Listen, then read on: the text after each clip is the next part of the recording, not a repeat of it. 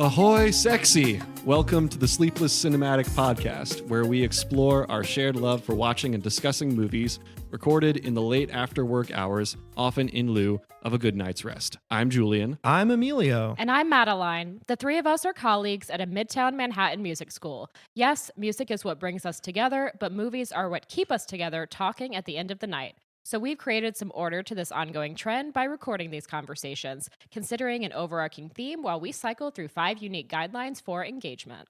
You can email us at sleeplesscinematicpod@gmail.com. Seriously, we'd love to hear from you guys.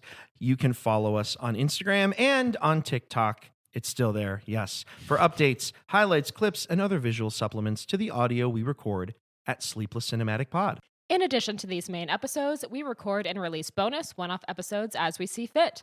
While we do this, you, the listener, can count on the three of us doing what we've grown to love, foregoing sleep, for a discussion about movies every other week. And this week, we begin our new cycle of New York City movies with a category we call View-nanimous, where we revisit a movie the three of us have all seen before and see if our initial opinions still stand, if they've changed, or if discussing the movie will make us see things we didn't see before.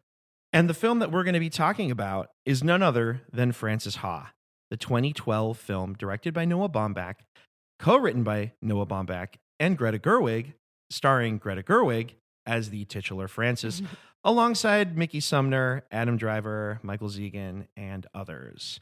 And this week, we are welcoming back our special guest. The last time we did this, we used the powers of the World Wide Web to connect and talk about small-town hubris. But now, she is with us live and in the flesh to talk about Big Apple ennui.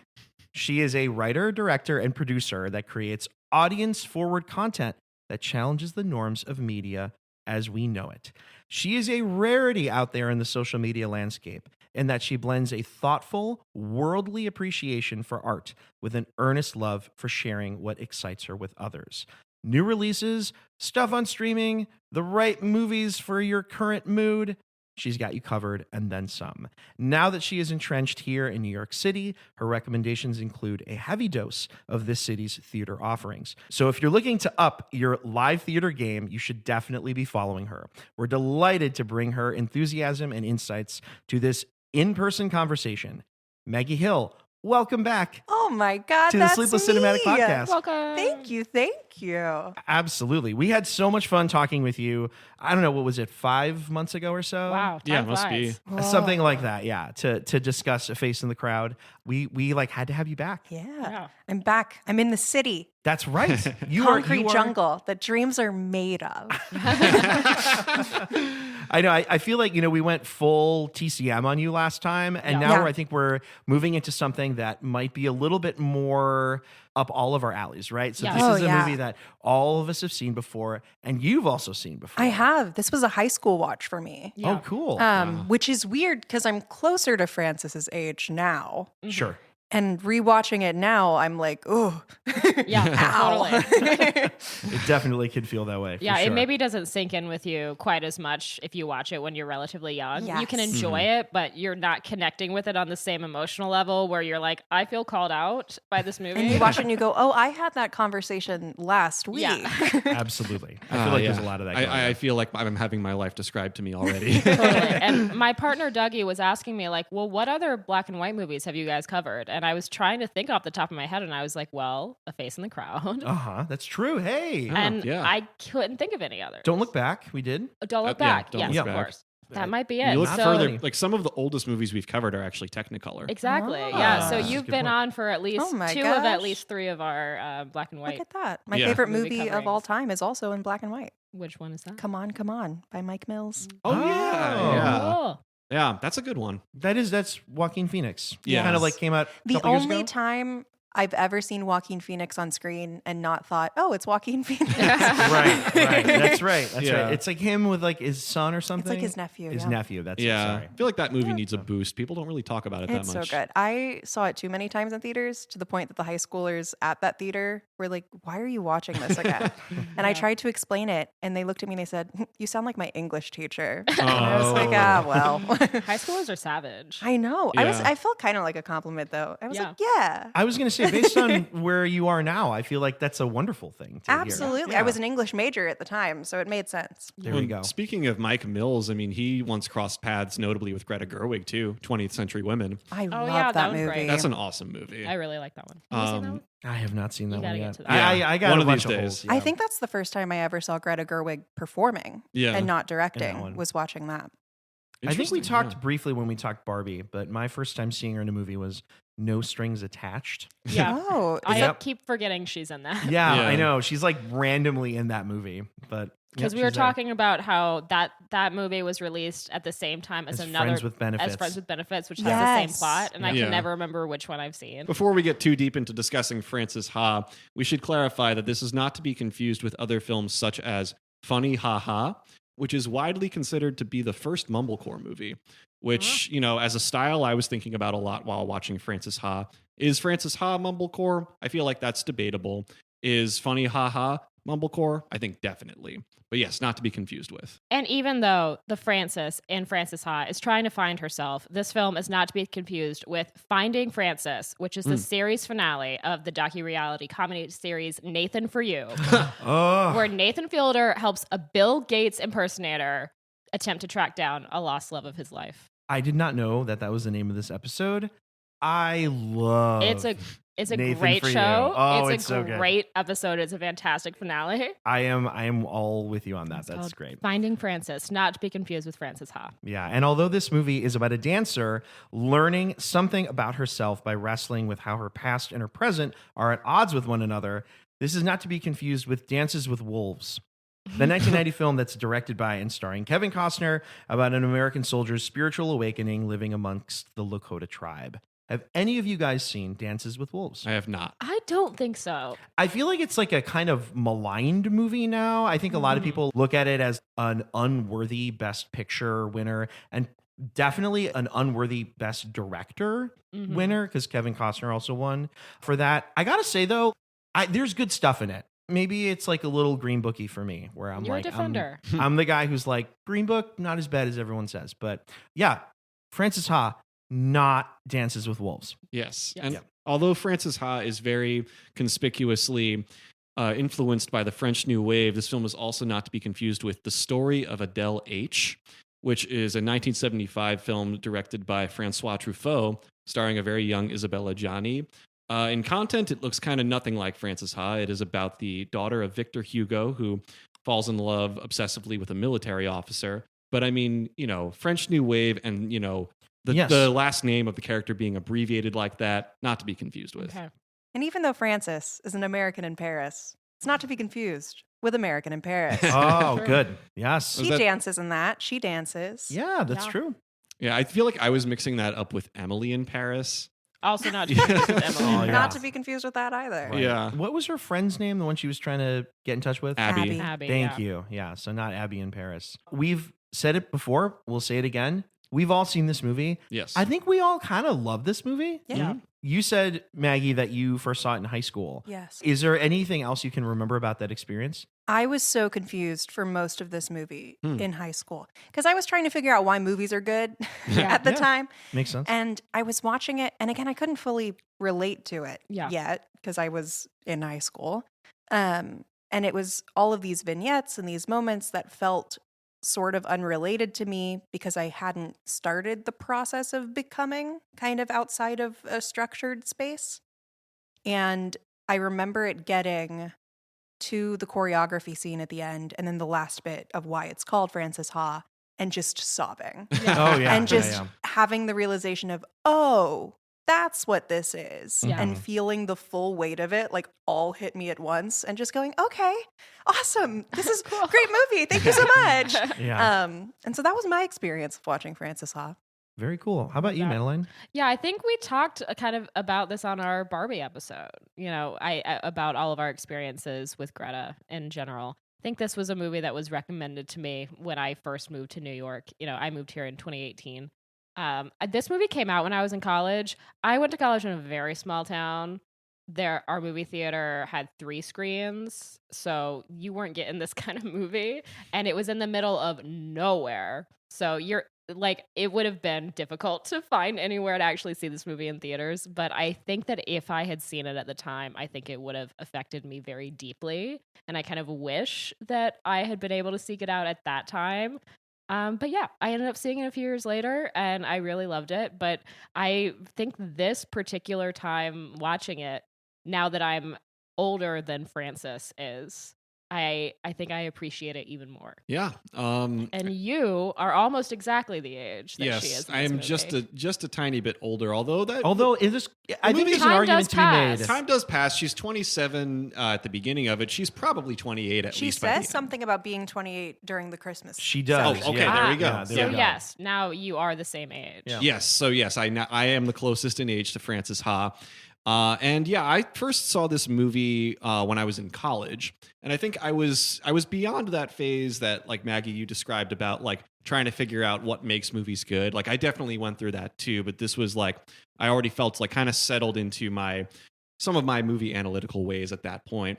I watched it on a summer break between my my sophomore and junior years of college, at a point where I was kind of like, okay, well, I haven't really lived this age yet, but I have lived in New York City my whole life.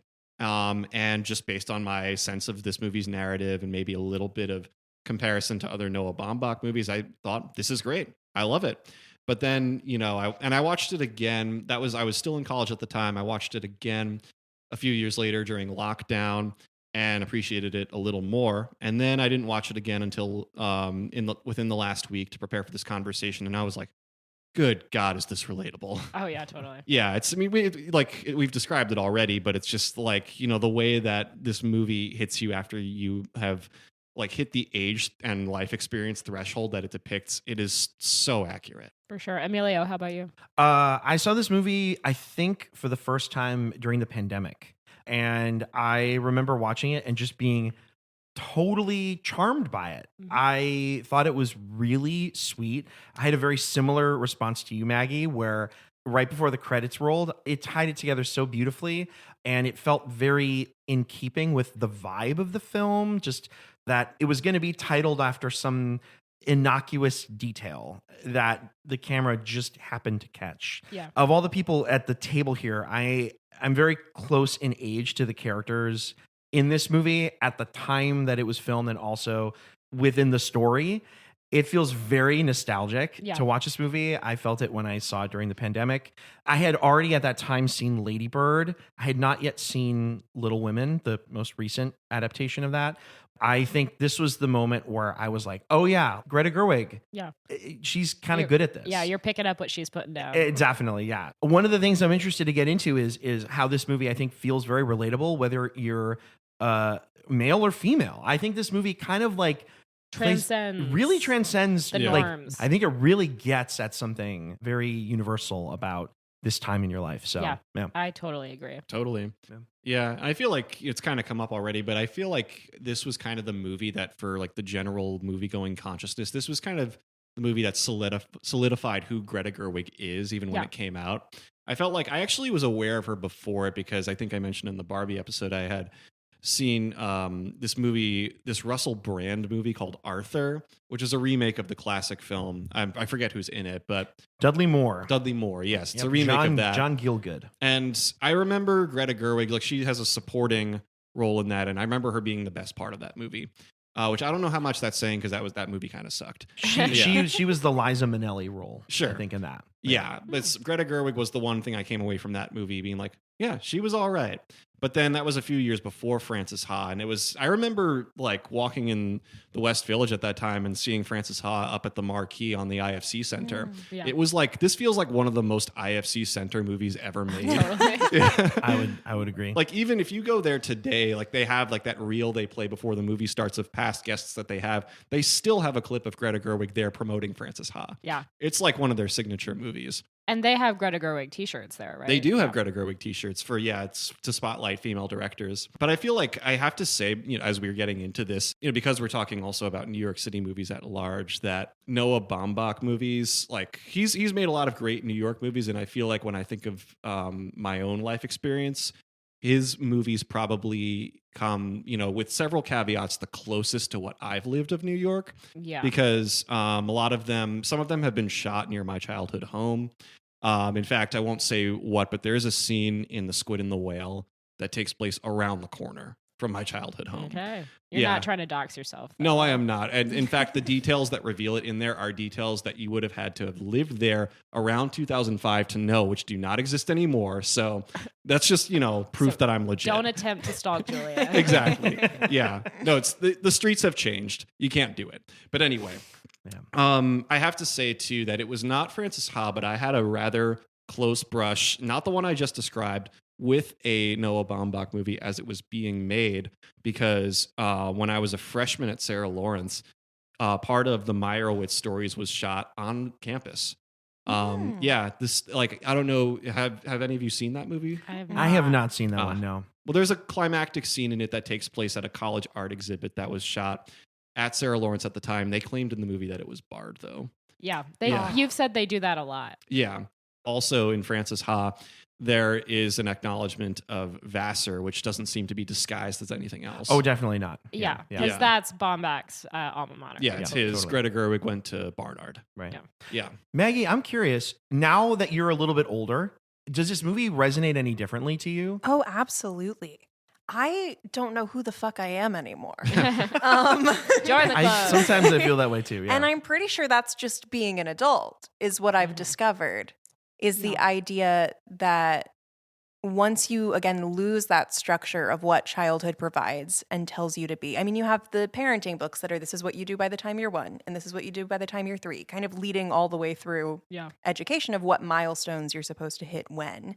And then all of a sudden, you're just out in the world and you have to figure out your own stuff. And there's nothing that you're actively being told to reach toward. So you're having to figure out not even how to get to the goalpost, but what the goalpost is in the first place. Right. And I have now entered that period of my life of trying to figure out the basics about myself beyond what I've been told they should be. Yeah. And it's very lovely to look at this now as the series of vignettes that it is and see a full person in them and not a confused person. She is confused. We all are. Yeah. But her fullness is exemplified by the structure of the film. It is not broken apart by it.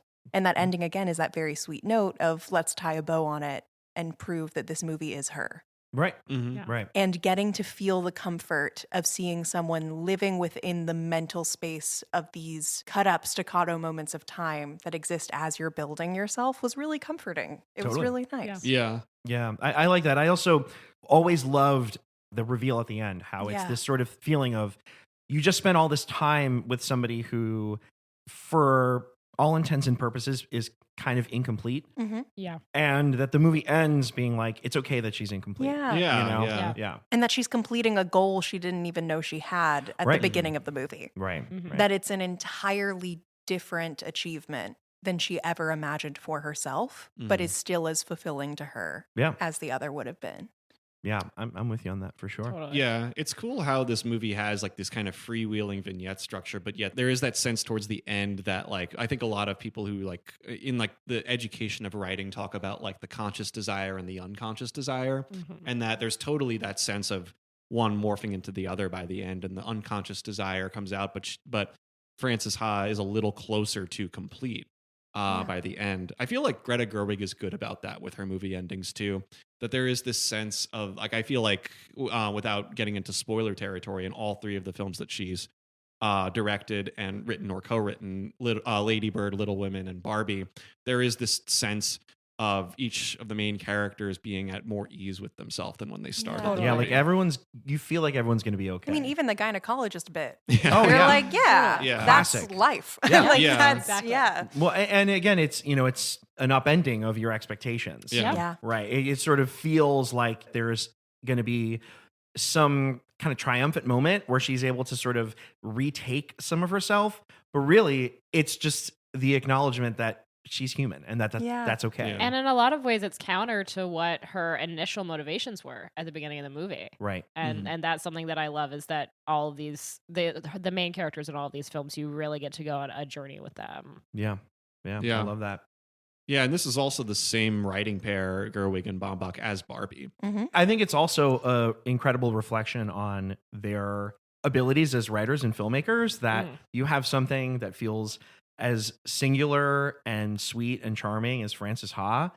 And then you also have something that is as populist and pretty darn good, I would say, in Barbie. Yeah. And that, they're able to exist in both realms. I would say the thing about those two movies, thinking about it now, is that the same thing that made me emotional in both of them exists. Like, it's the same. Yeah. Which is, I'm spoiling Barbie again. Sorry, No, everyone. sorry.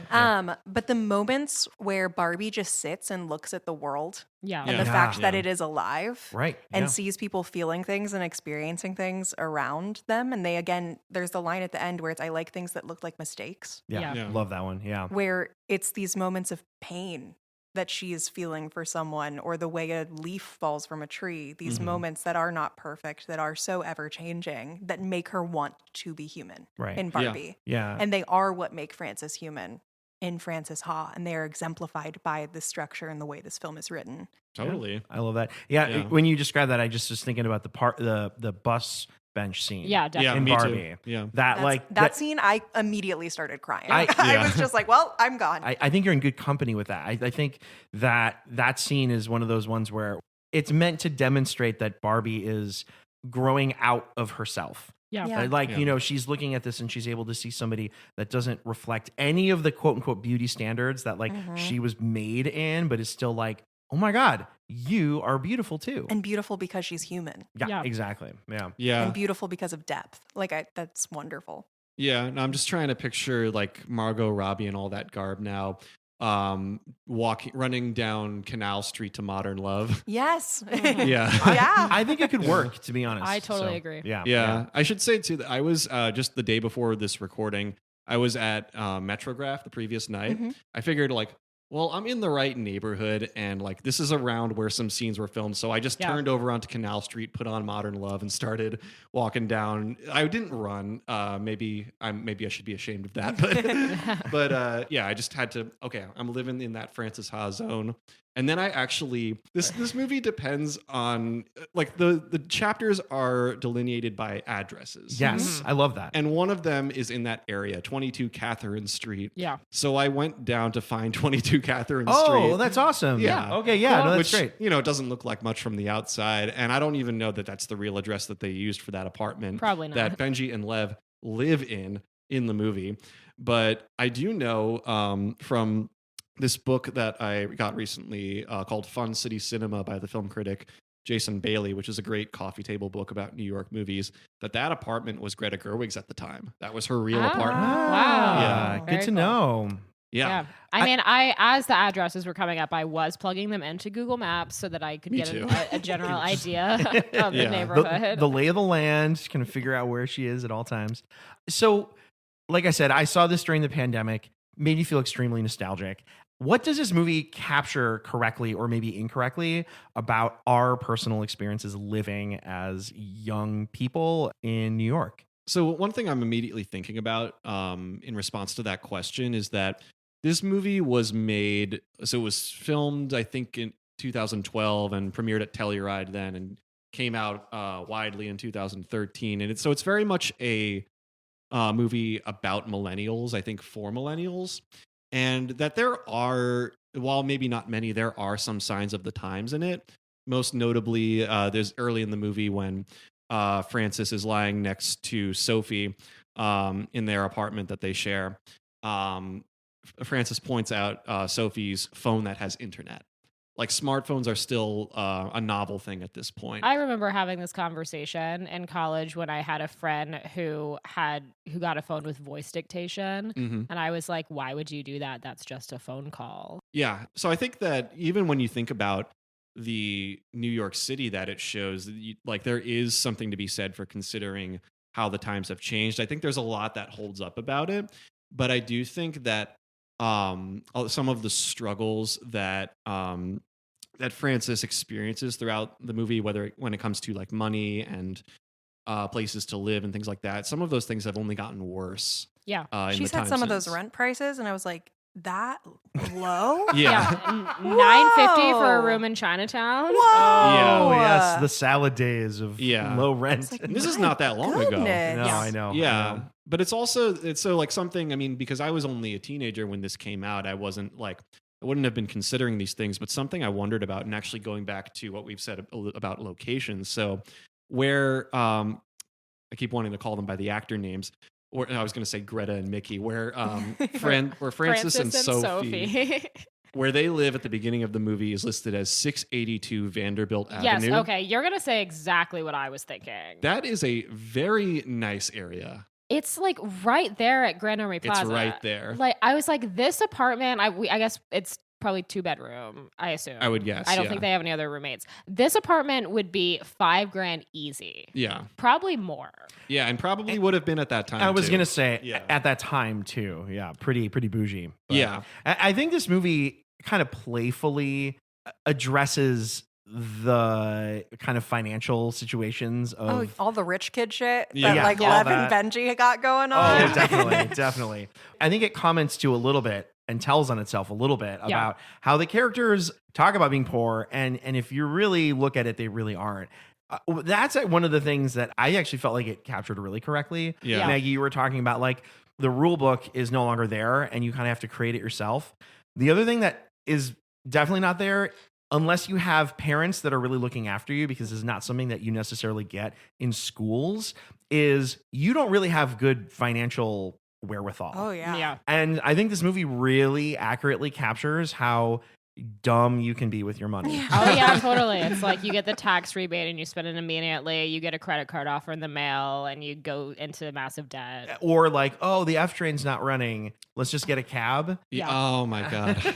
Yeah. I feel like one of the moments in this movie that gets discussed the most, like when you hear at least Noah Baumbach talk about it in interviews, one of the scenes that he brings up the most is the ATM fee. Oh, Scene, yeah. where it's just $3, but you can see that Francis is having this conundrum about like, do I spend it or not? Yeah. That is another moment for me. That whole thing, that was something I was thinking about. So when I think the experience of needing cash and having to run around and find an ATM. I remember one time I had to go somewhere in Fidei and there was like not a train that was going to go there from where I was. So I just like went outside and hailed a cab, and I get to my destination and the cab driver, his card machine is down.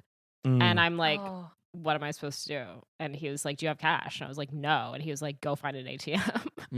And I could not find one. I went in a coffee shop and I asked the barista where the nearest ATM was. And she was like, it's not close. Like, it's going to take you like 10 minutes at least to walk there. And then she asked me how much cash I needed. And I told her, and she gave me cash. Oh, And that was like, wow. I mean, I Venmo'd her to pay her, but I was like, that's the nicest thing a stranger I think has ever done for me. And I left such a good review of that coffee shop. Good And for you. I think really fondly on that, but I remember just the panic of being like, I need cash. I'm running around in the dark in a neighborhood I don't know. I can't find an ATM. If I could find one, I'm sure there would have been some sort of transaction fee. So that really spoke to me. You know what Yeah. though? You wouldn't have this great story to tell later. I That's think that true. is something that this movie also kind of gets at a little bit. Yeah. Yeah. It's Yeah, like there are, you mentioned the line about I like things that look like mistakes. Yeah. That looks very much like a mistake. Totally. But now, you know, I don't know. There's like, you look back on it somewhat fondly. Yeah, absolutely.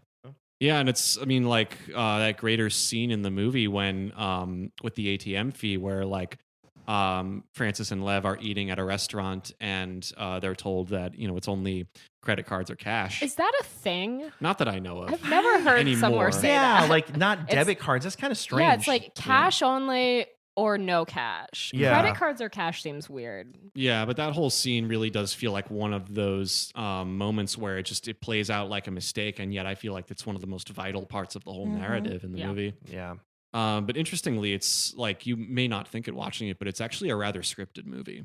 Yeah. Yeah, it's. I mean, it has like this improvisational feel at times, but it was apparently a very meticulously written script. Every line is a banger. It Yeah. is. really is. Wait, I got to say another one, guys, Do because it. I've been Yeah, thinking about it since, which is when Benji's like, I lived in Europe, and someone goes, weren't you like 8? And he goes, yeah, it was the end of Euro disco. And that line is so cracked good. me up. So Yeah. there's so many things that feel like they were bits in the writer's room between them that they put in that then feel just like slam you in the gut. Yeah. What did they just say?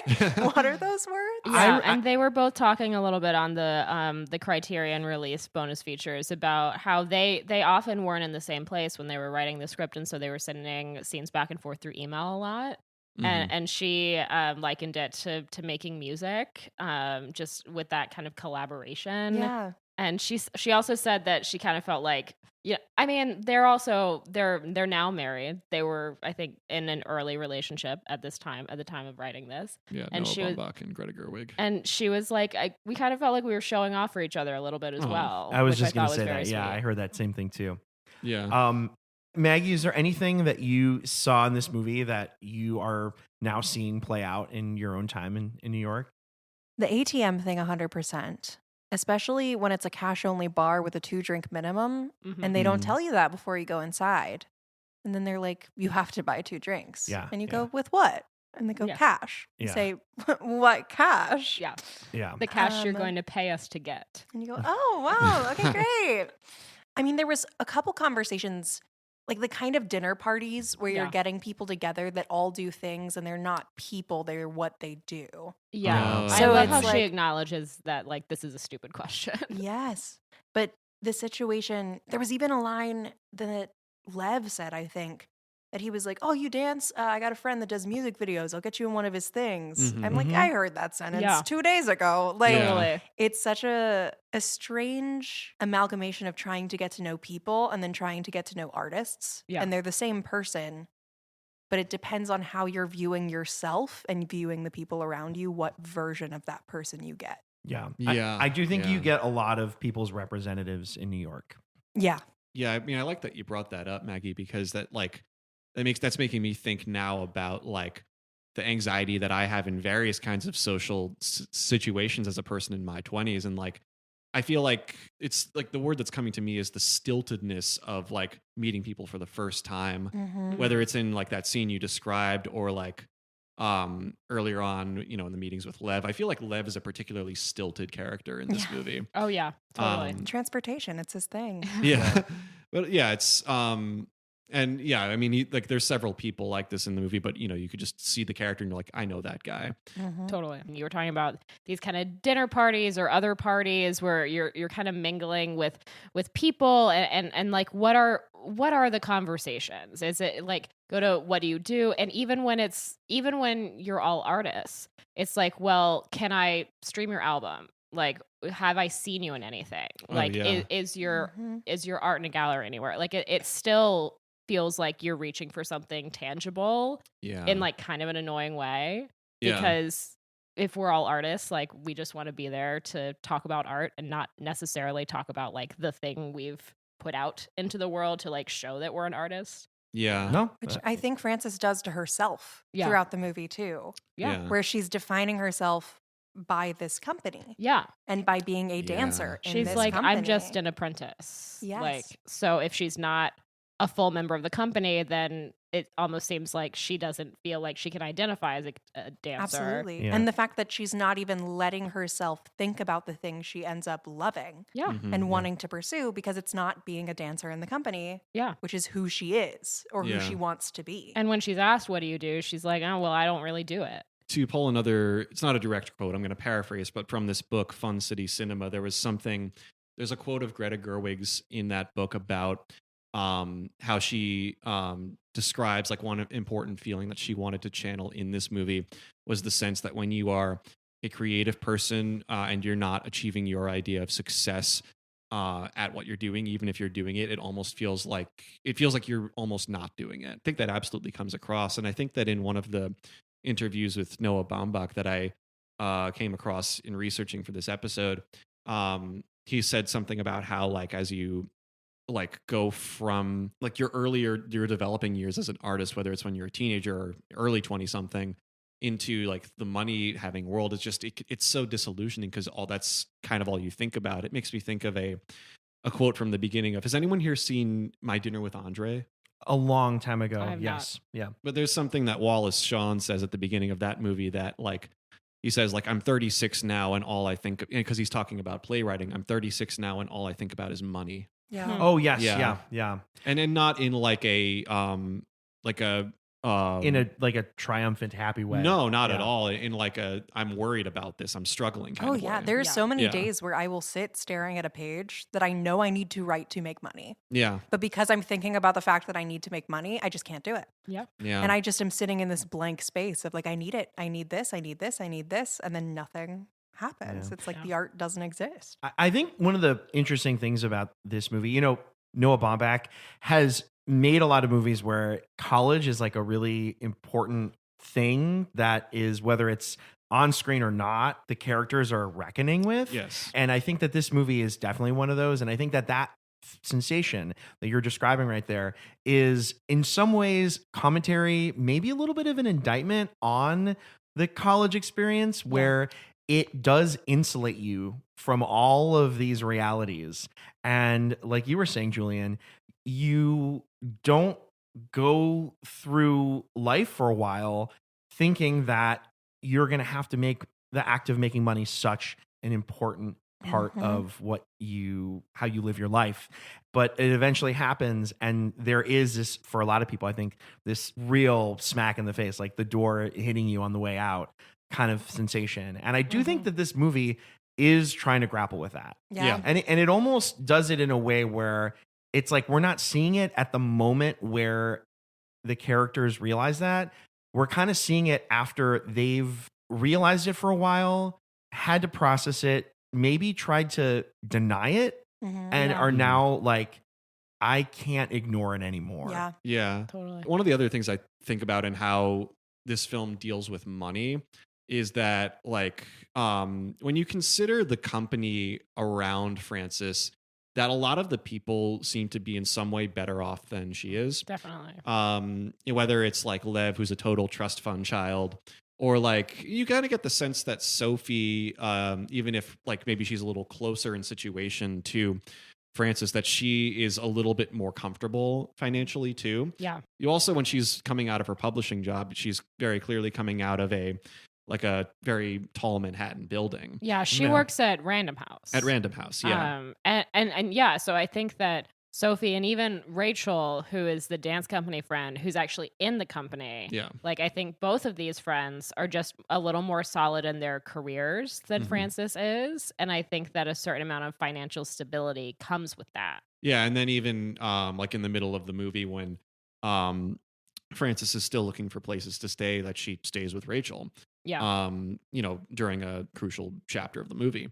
Yeah, and so it's like you kind of get the sense that Frances is surrounded by these more moneyed people, and this movie, of course, is not trying to show the entire financial spectrum of New York, but I do think it does a great job of depicting the way that people of a certain sector of society, like it does show you a lot of a certain sector of society that has Mhm. moved to New York. I think like one of my favorite scenes in the movie is the conversation that Frances has with Benji after she's had that rough dinner with Sophie and Patch, where Frances says something to the effect of, do you realize I'm actually poor in that scene? And then Benji says, no, you're not. That's offensive to actual poor people. And I mean, on one note, I have known some people in my 20s who really need to hear that, but I think we all probably have. But yeah, that's an important thing to think about. And that comes directly before the scene when Frances goes home for Christmas. That Yeah. she has this pretty comfortable home to go back to, even if it's not where she wants to be.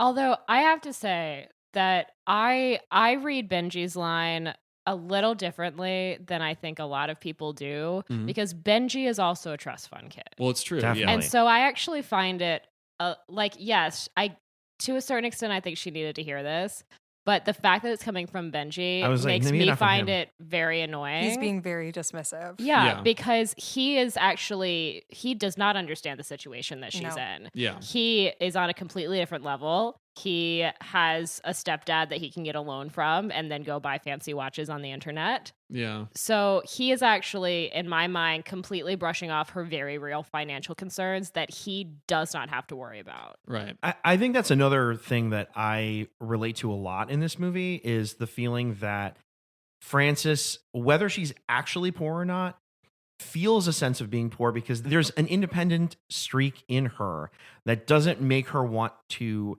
ask people for favors Yeah. or for money. When she says she's poor or she feels poor, it's because she has maxed out her ability to make money in that moment, not her access to money. Mhm. But even still, like towards the end when she's up at Vassar and she's talking to her parents, and I mean, I think if she was in real need, maybe they would scrape something together. At this point, she's just like, I'm paying off my stupid Paris debt. But her mom says to her, like, I'm sorry, we can't help you out, honey. Like, and I read that as like, so we see her home. It's comfortable, but Mhm. it's not that comfortable. One of the details that I thought about, there's only one bathroom. Yeah. Yeah.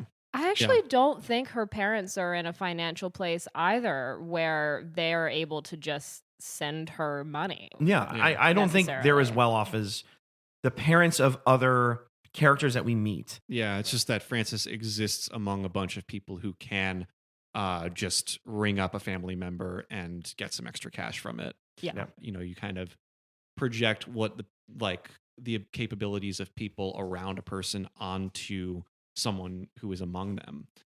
So do those people, because they'll be like, hey, we're buying this and we're buying this. Come out.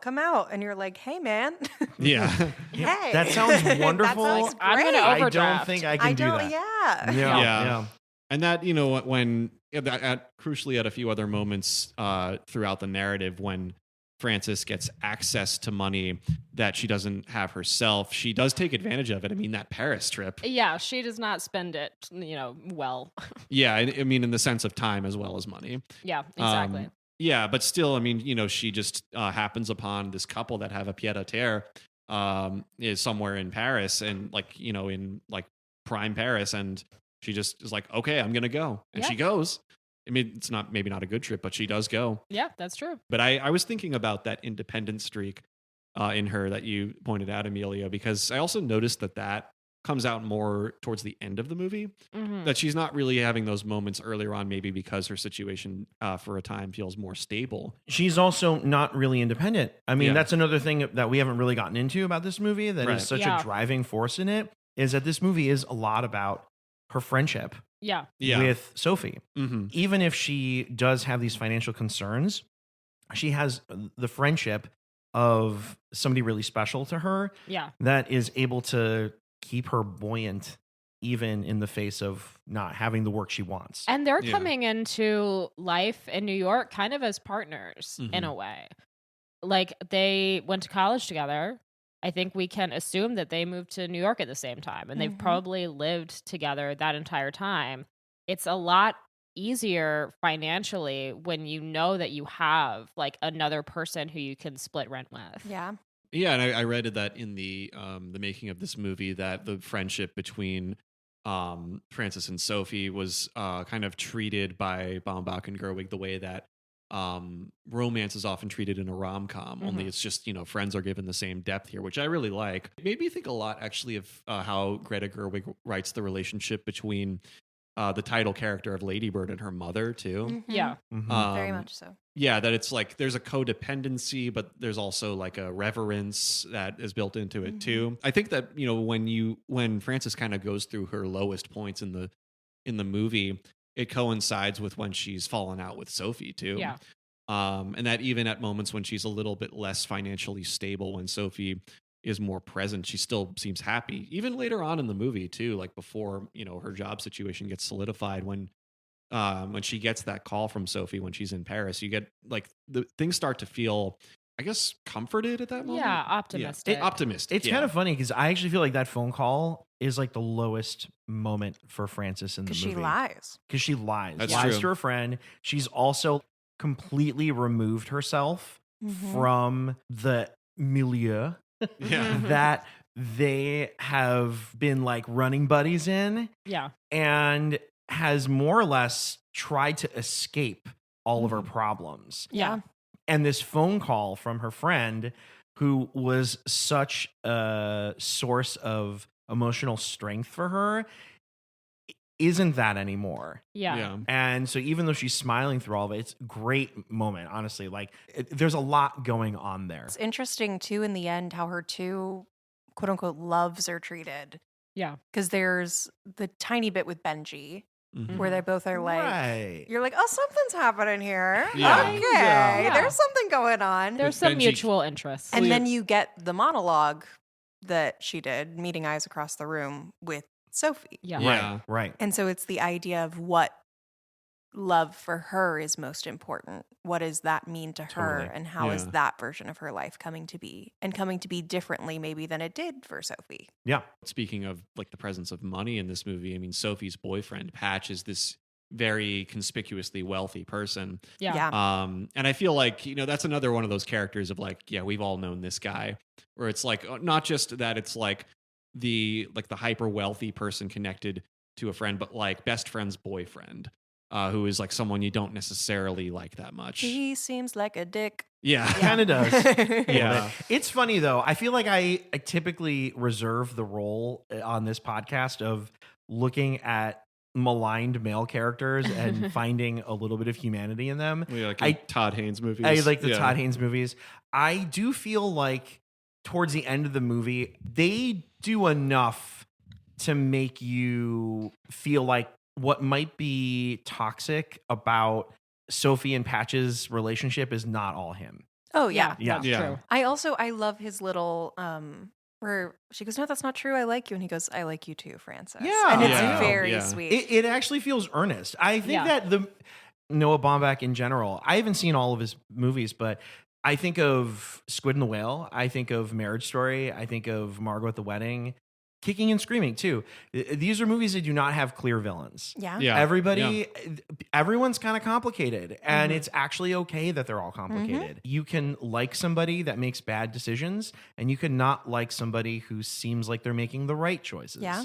Yeah. Patch kind of falls a little bit in that zone. And I think that someone like Patch, the fact that he is interested in a woman like Sophie, I think says at the very least that he has good taste. I would That's a fair agree. point. Yeah. I would agree too. Although my question is, how much did Sophie change herself to be with That's Patch? a good Because you have the question. whole scene of her drunk as hell in Yeah. Like, bed. how happy is she? Exactly. Yeah. Because it seems like she's More- playing a role of some kind Sure. within the fantasy of what his relationship Yeah. is, of leaving her job, going to a new place, Yeah. and like falling along even its own structure of life, of Yeah. the milestones that you're supposed to see, and realizing her own Yeah. unhappiness within that quote unquote success. Yeah. I think that's a good point. I think the job thing, moving to Japan, Yeah. that feels very concrete.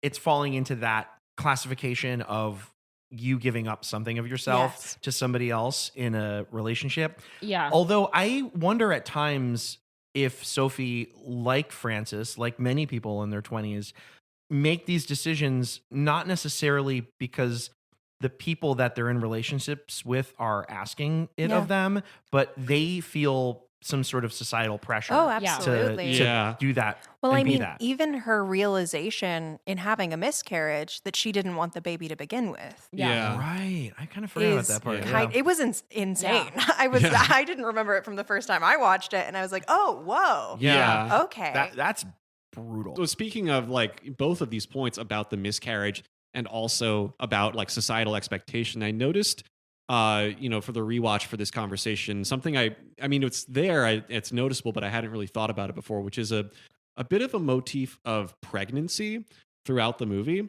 which is, you have, or pregnancy and child rearing more broadly, because you have Sophie talking about this miscarriage, but also in that dinner scene when Frances is staying with Rachel and meeting her friends, that there's an older couple there who are talking about their baby. Right. And then I think that someone, like Frances, like I forget the exact line, but she says something about like making bad decisions at one point, and then someone was like, "You got pregnant?" Rachel Yeah. said that. Right, Yeah, she yeah. assumes it. Yeah. She assumes it. Benji is writing Gremlins 3 and Gremlins Mm-hmm. 2 procreate. That is true. When Frances goes back to the dance school and her boss is offering Oh, her a yeah. new job, that the Oh, person, that's right, the the person who's Nancy. leaving is Pregnant. leaving because she's For pregnant. maternity leave. Yeah.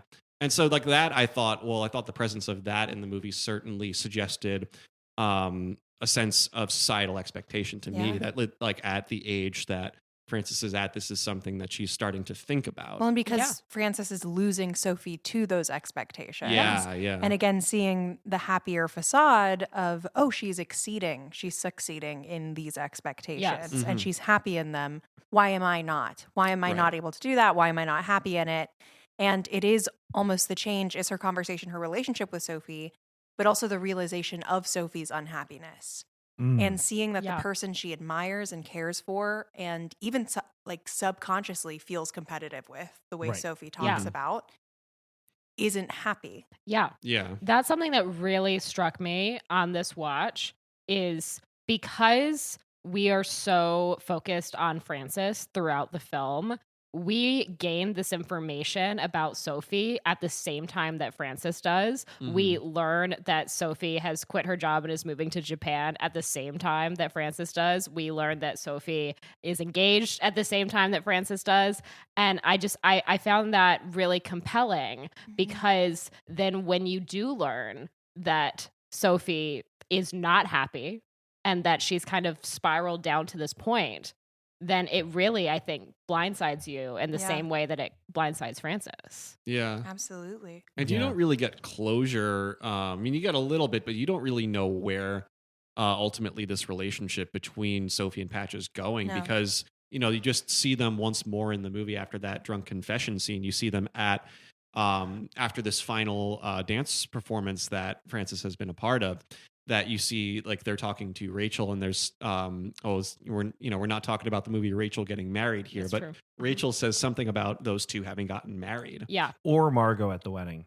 Or that, yeah. right. Yeah. Speaking of Baumbach. Mhm. But yeah, and so like that's all you hear of that conversation before Frances has that memorable moment of making eyes with Sophie. And so you know that like Frances and Sophie, they're going to be okay as friends. Yeah. But like still, you don't really know what's going to happen with that relationship. Has this marriage been like, impulsive or out of societal expectation too? How long is it going to even last? We don't know that. That's a good question. I have to say that I had a little bit more optimism because we see them at such a low point. Mm-hmm. I do think a couple's ability to kind of work through a really hard time like that, your ability to move past something does not necessarily speak to the strength of your relationship, but I think that it can if you work through it in an appropriate way. Mm-hmm. So I have a little bit of optimism, the fact that even after like the whole Vassar, like blow up, yeah, Sophie's drunken spiel, like that they still managed to work through that and get all the also way to the altar. That they're in New York, Yeah. which that's is the what other she was thing. concerned That's about. a good point. Yeah. It's true. Yeah. And I hope that means they're actually living there and they're not Yeah. just there temporarily, because clearly you're totally right. The Japan move was like kryptonite for this relationship. Definitely. Mhm. Definitely. Yeah. As it would be, I think, for a lot of relationships. Yeah. I think something else that is implied by the ending that I think is maybe feeding some of that optimism is purely the sense of maturity, Mhm. of Yeah. time passing. And Yeah. you don't get a great sense of whether it's been 6 months, 3 months, a year, but it feels meaningful Mhm. Yeah. how much time has passed since you last saw them Yeah. before her show. Yeah. And I think there's something just to be said for that people can, in time, learn more about themselves, learn more about their partners, and get to a place where you're able to put all that down to shock. Yeah. Yeah. People mature, and so do their greater relationships. Yeah. It's all in the end about Frances individually. Yeah. Mhm. And Yeah. Frances individually and Frances and Sophie's relationship, that has mended. That's true. Yeah. Because she does get this moment where they kind of lock eyes across the room. This moment that she alludes to earlier in the film. Like, they're in a good place. And I love being able to dig into like the complexities of female friendship. I think particularly when you like become friends with somebody in college or younger, and then the way that those friendships change as you move into adulthood. Like in some ways I saw my own best friend, even like the way that they style Sophie. My best friend wears those same glasses. Her hair color is exactly the same. I like, if you kind of look really fast, then I'm like, oh, that's my friend. And you know, she's like a scientist. She's like a biology major, and she's married and she has a baby. And I'm here talking about movies at 12:20 in the morning. Still full of a lot of worth. Let me tell you that. Thank you. Absolutely. But so I kind of see our relationship in some ways mirrored in Frances and Sophie's relationship, in that, like, yeah, it changes as you get older, and one person might take a more traditional path and one person might not, and that's okay, but you need to know how to work through that. Yeah. To just go back to your point about whether it is effective or not, how you see Sophie's life kind of unfolding, I actually thought it was super effective, because I do think that when you're in your 20s, you can be very myopic and not even mean to be. Yeah. You just have so much going on.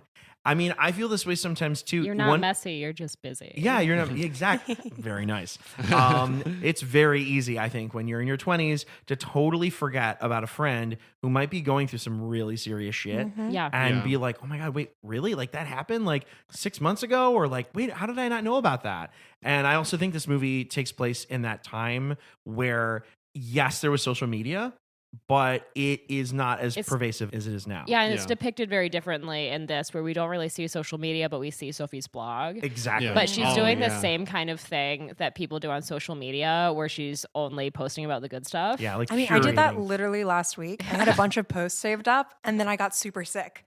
And so, but I kept posting. Yeah. Like I was doing all these different things. And so my friend texted me yesterday and she was like, well, you've been busy. And I was like, oh, well, I've been really sick. And she was like, what? What? Doesn't seem like you. Social media is lying to me. Yeah. So I didn't say I was not sick. Right. Wow. I feel that. Totally. Yeah, it's just like the facade of what people understand about you externally versus what's really going on. But also, I mean, like, to speak to period detail, I remember those blogs. Oh yeah. Definitely. Where it's, that was a nice little touch there. But also, I think one of the things that this film shows really effectively in that the evolution of that friendship is that, well, I mean, Emilio, you used the word myopic, which I think is great to describe how Frances and Sophie initially are, that, like, you know, you have these fights or smaller spats that feel like the whole world when they're happening. And then a little time passes and you're like, no, everything's okay. Yeah. Which I think it's a very real thing that I think this movie channels very nicely. Even you see it with Sophie and Patch too, that they're like screaming at each other outside of that car. And they manage to, even if we don't know that much about it, we sense that they reconcile. You know what this movie reminded me a lot of? Bridesmaids. Yeah. Oh yeah. Bridesmaids has this really similar current happening in it, which is the Kristen Wiig character is kind of like the Frances Ha here. Yeah. And that Sophie is like the Maya Rudolph character. Yeah. Rose Byrne is Patch. And Rose Byrne. I guess, kind of. Yeah, absolutely. There it is.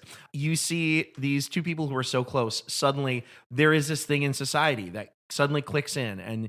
And for one of them, it's like, oh, okay, I'm falling in line now. And the other one is kind of looking on from the outside, trying to figure out what the loss of this friendship or what she thought their friendship was means to her. That's a movie that's released very shortly before Frances Ha too, in the scheme of things. Yeah. But when you think of other things of a similar ilk from around that time, I mean, Emilio, you mentioned in the build up to this conversation another important piece of media that came out very close in time to Frances Ha.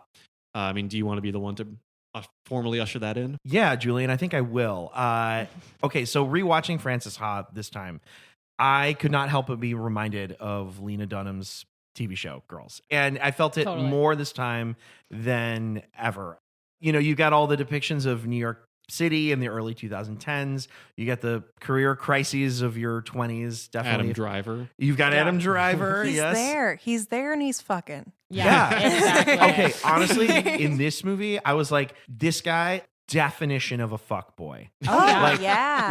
Like Yeah. more so Totally. than I think. Also, one of them was Justine Lupe. Yeah. That's Yeah. true. That is true. Succession. I was Yeah. like, whoa. Yeah, Uh-huh. he's pulling. He is. He really Yeah. is. And Also, I I love the feel like- bit at the end where he's got another girl. Yeah, But totally. I feel I like don't think we see him with the same girl twice. No. No. I feel like Adam Driver in this movie is the perfect embodiment of like the fedora guy. Oh yeah. Oh, his totally. fedora was great. Yeah. Yeah. I loved it. Yeah. But it's like that Yeah. era. It's like a very specifically Totally, like yeah. 2010 to Oh 12 yeah, it's thing the where it was hipster like, fedora. Yeah, it's where like it was when they kind of a- made a coffee drinking Mickey Mouse and they stuck him in a fedora. yeah, There it was we go. it was kind of like after like Jason Mraz became famous from Yeah. I'm Yours, and it's everyone wanted to do that same thing. Yeah. Oh my God. Yeah, Yeah. it's- So yes, you got Adam Driver. Yeah. Yeah. He's making it happen, I think, on both shows. Yeah, totally. But yeah, I know, and you've got the shifting nature of friendships, like out of college. Yeah. There's a strong female focus, I think, to both of these works.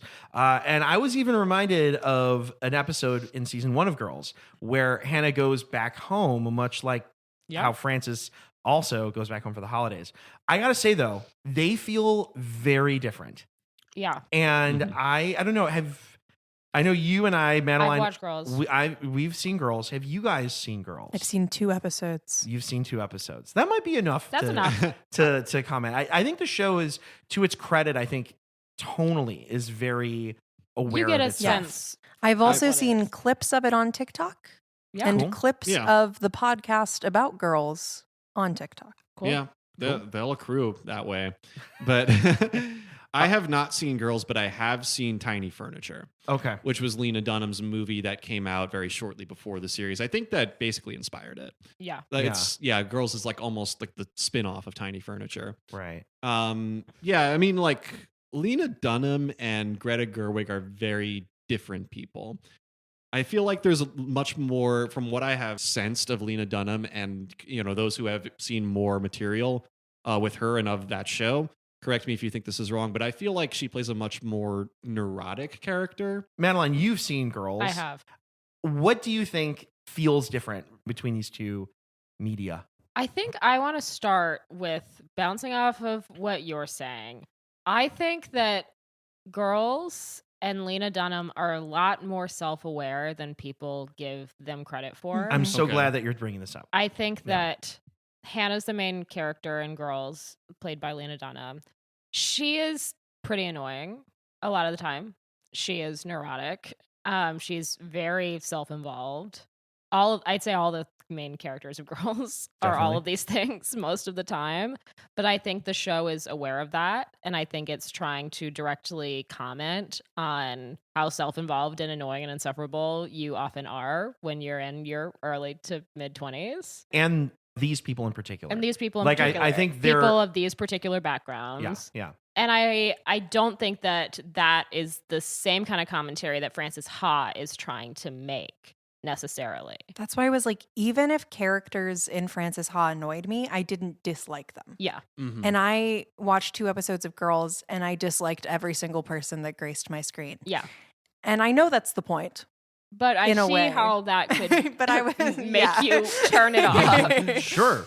I'm Yeah. like, I know you don't want me to like you, but also I don't. yeah. But also that means I don't want to spend time with you. Yeah. Yeah. And Andrew Reynolds wasn't there yet. So I Yeah, was like, exactly. I can't watch. Oh, that's, Yeah. Oh, he shows up pretty early in this show, I think. Yeah. Yeah, I think It doesn't take him too long. He's in he's season like- 1, I think. Yeah, he's. I think he's in he's episode 3. Yeah. And I see, don't- I I watched don't- 2 episodes. Okay. So that'll get you. the first 2. I watched the Oh, first there. 2. Okay, so Yeah. you needed to just go one more, I and needed you one would have more and he seen would have him. been there. Yeah, there you go. So I think, to your point, I'm really glad that you brought up the self-aware thing Yeah. with Girls. To the point that was just made. Like, in Frances Ha, you are never asked to dislike Frances Yeah. at You- all. You're I think really on Frances's side. She's so charming. yes, yeah. In a way that she doesn't realize, which is I think part of what makes her charming. I think it's part of that earnestness Yeah. you were Yeah. talking about earlier, where in a movie full of people who are putting themselves into boxes, she just won't fit in hers. Right. Yeah. And the Yeah. real bleeds through because she's incapable of being anything but honest. Yeah. And Right. based on what some things that Noah Baumbach said about the writing process of this movie and also his work with Greta Gerwig and Greenberg beforehand, I feel like that's how he saw Greta Gerwig as an actress. Yeah. That, you know, it was sort of a sense of like, wow, she doesn't know how radiant she is. And I'm thinking of One Direction. What makes you beautiful right now? Hey, Fair enough. I'm sorry. You don't know just- you Probably came out around the same time. Yeah, it did. Oh, Yeah, that sounds right. It did, because I would have been in elementary school at the time. There we go. Yeah. But it's that like I think that what he said about Greta Gerwig is that she has like this almost like old studio system chops as an actor. That you totally see play out in Frances Ha. I haven't seen Greenberg yet, but I'm sure they play out in there too. And that I think that those are translated well into like into the character of Frances as well. That there's just this, I feel like she's not like consciously trying to chew the scenery or like make a big deal of herself, and yet you kind of can't look away from her when she's on screen. Totally. I came across an interview that Greta Gerwig did with Sarah Polley, who's another Yes. really, I watched this as well. Yeah. And one of the things that she talked about was how Frances's parents, the movie was really trying to not portray them as like fuddy-duddies. Yeah. Or people who like just didn't get their daughter. Yeah. And that it was a very sweet and nuanced portrayal, even in its very quick. Yeah. The It's kind of almost like a sketch-like- montage. Yeah, like in the sketch-like way that we see them. And I think that that's something that is very different with girls. Totally. Hannah's parents, I think any of the other parents that you meet throughout that show are definitely characterized as people that like don't get their kids and display a type of selfishness that makes you go like, oh, no wonder their kids turned out this way. Yeah. Yeah. Totally. Yeah, which again is a part of the self-awareness and can be read, I think, as a strength of the writing in Yeah. the show. And one similarity I did think between the two is the way that Frances feels like she needs to escape from New York at a certain point, and she goes back up to Vassar for the summer program. Seems like it's partially for money, but it also just kind of seems like she knows she's like not meant to be there right now. Right. She's like not at a good place in her life. She's not making good decisions. She's not stable. She needs to kind of go back in time. And Hannah has this several times in Girls where she kind of has to escape. Like she goes to the writing program at the very end in the last season of the show. She like gets a job upstate and moves out of the city. Right. So I think that, at a certain point when you've lived in New York for a while, you kind of have to make that decision. It's like living in New York is hard. Right. Yeah. It's a difficult thing to sustain over time.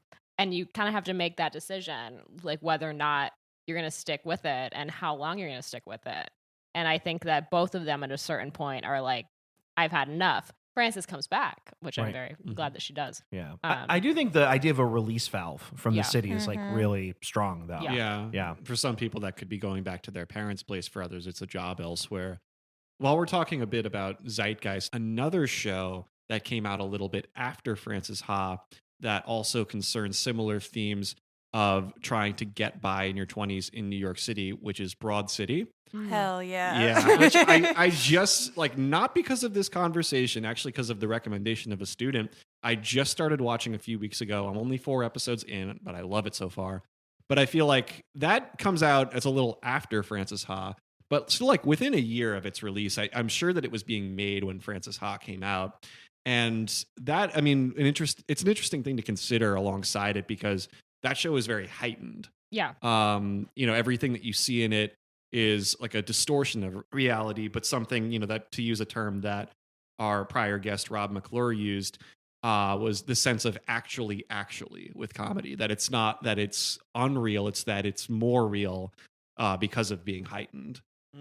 Yeah. And I feel like, it's what you see in Frances Ha is more just kind of like pure realism in a lot of ways. I don't think it's a particularly heightened movie. And actually, I think maybe the most heightened, stylized thing about it is not anything that happens in any set or scene. It is the black and white of it. Yeah.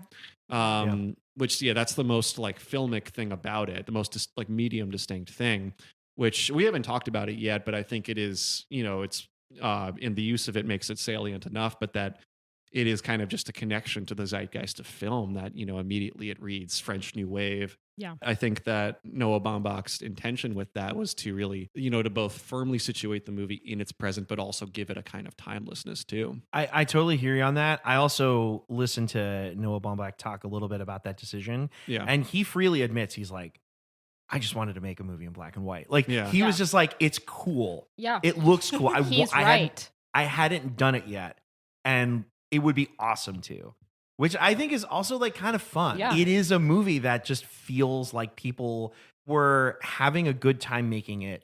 We talked about the writing process, that they were like kind of trying to impress one another. Yeah. And that it came out of this sense of let's just try to have the best time making this. And so, like black and white, like do it, like fuck it. That opening montage of Francis and Sophie, I feel so warmed in the heart watching that. Totally. Yeah, just with them, it's like sipping beers on their fire escape and stuff like that. It just, like, you can see they were having fun making it too in those moments. But then, like, going back to Francis running down the street to Modern Love, I mean, that's another like thing that feels very 20s too, where there's some moments where like it doesn't matter how well you're doing financially. It doesn't matter how well your friends are doing. And I'm going to quote Dale Cooper from Twin Peaks now and saying that every day, once a day, you just have to give yourself a present. And that's what you see Francis doing in that moment. I feel like Francis running down the street to Modern Love, that's like the millennial version of Joe Buck arriving in New York City to Everybody's Talking.